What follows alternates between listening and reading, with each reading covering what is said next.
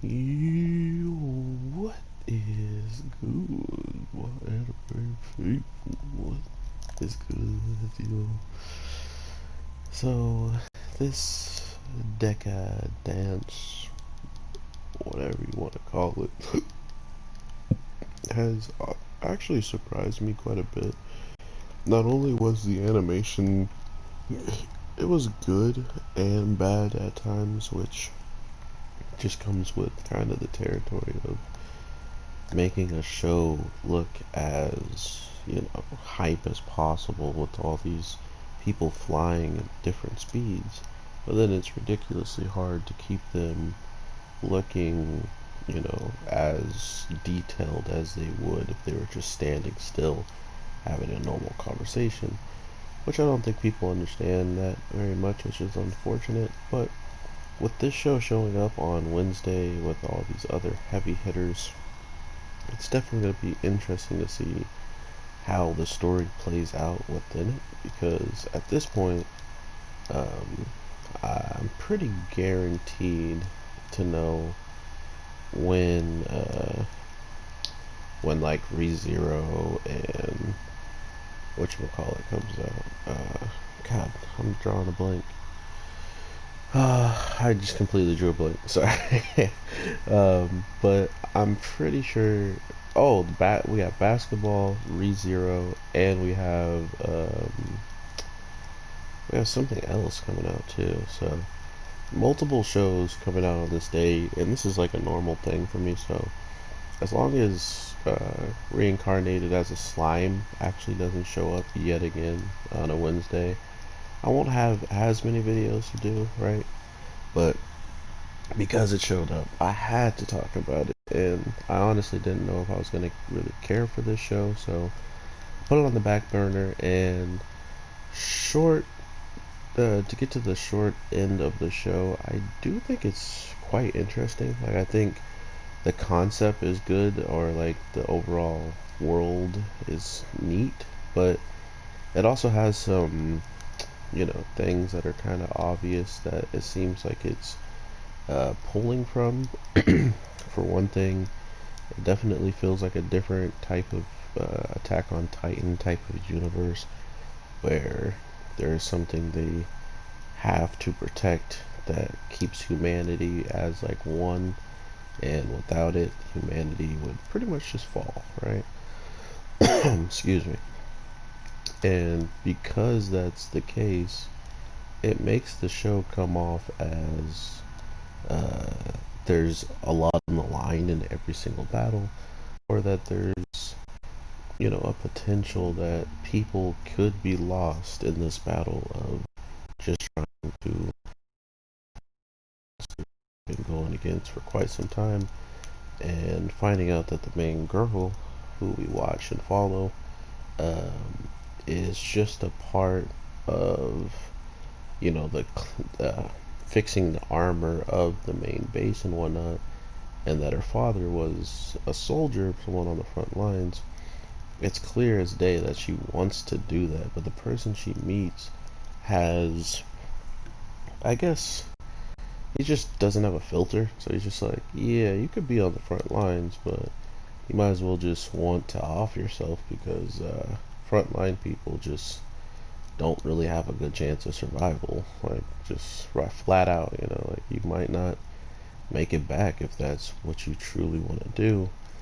And of course, that's not something that scares her, seeing how her father did it and risked his life doing it, and it doesn't seem like she gets any special treatments because of that, right? So I I do like that aspect of the story narrative being explained to us, like how these people who go out and are on the front line fighting all the smaller monsters get treated at the end of the day like they're nothing in the midst of uh, if any of the people that die today, if their kids grew up the way our main character's kid grows up and maybe even has a missing limb like she does, she won't be treated like everybody else. She won't be treated like, oh, that's the daughter of a war hero or someone who fought on the front lines for us. They don't really see it that way, which I thought was an interesting touch to what we're already uh, keen to seeing. Um, like some people are just they're just bred, like they're born to be warriors, and it's very obvious which people they are. They just have like a certain type of like skin pigment that's just like this bluish color. So you have these people who are clearly supposed to be just better at combat altogether, and once they're on the battlefield they just change the tide of battle, or they just have a much better chance of coming back alive. Those are the types of things not everybody can say they can do. So now all of a sudden you have everybody who is trying to make, their livings, and everybody who's like a tanker, who's just like the cooker, just stuff like this, where you don't really put too much thought process into uh, what they're doing compared to going out and just fighting. So it reminded me a lot of just how nobles and how people who are kind of like stuck up live their life in certain shows.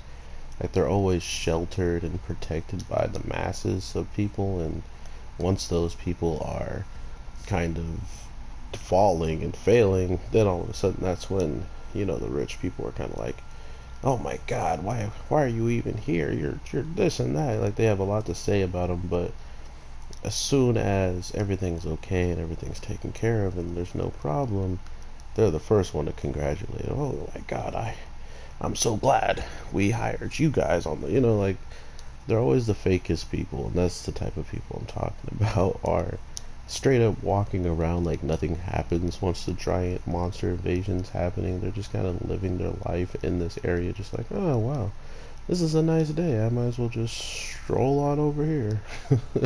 um, and it kind of just threw me off for a bit. It kind of made me think, like, if the people who are working on, like putting armor up and cleaning the gunk up are out there and they see something coming and they're freaking out trying to climb up, you go deep into the layers and there's a layer to a point where people aren't even concerned, right? Like the threat is so far away from them and reaching them, they shouldn't even like think about it. It's beneath them, right? uh, so they didn't necessarily show that, but that's what the feeling I got by these people living in much higher and lavish looking places compared to the ones we were seeing the kids grow up in, for example. So very interested in not only how they're going to continue to build upon humanity, but the main guy also seems like a double agent of some sort, where he's got some kind of like high tech eye or robot prosthetic somewhere. I don't know, but it feels like it's supposed to be like his eye, because whoever he's talking to can clearly see what he sees, it feels like, or at least can appear to him right in front of him, almost like a hologram, uh, if he's like implanted in him or something. So another little interesting tidbit there. And of course he turns out to be one of the dopest fighters, and that's one of the most untouched thing in this whole entire show, is kind of how these zones work, and why when you go into it, like things are slowed down, like there's like zero gravity, people are flying around like Attack on Titan's gear system, movement gear, right? So it's really, really interesting, and I think if it can keep up this tone, and the main girl is actually really fun to watch. She's not just like annoying or overzealous or anything like that. She was straight up puking this week and really learning what it would mean if she was on the front line and what she would have to do. But at least in her mind, she would probably know she would be at least trained before going out there. This time she just was like, they just fell, right? They just ended up in this situation and had to deal with it, and she did pretty well, besides just the fact of being an ooh and ah. But who else wouldn't be? If you've never been out there like this, you've only heard stories.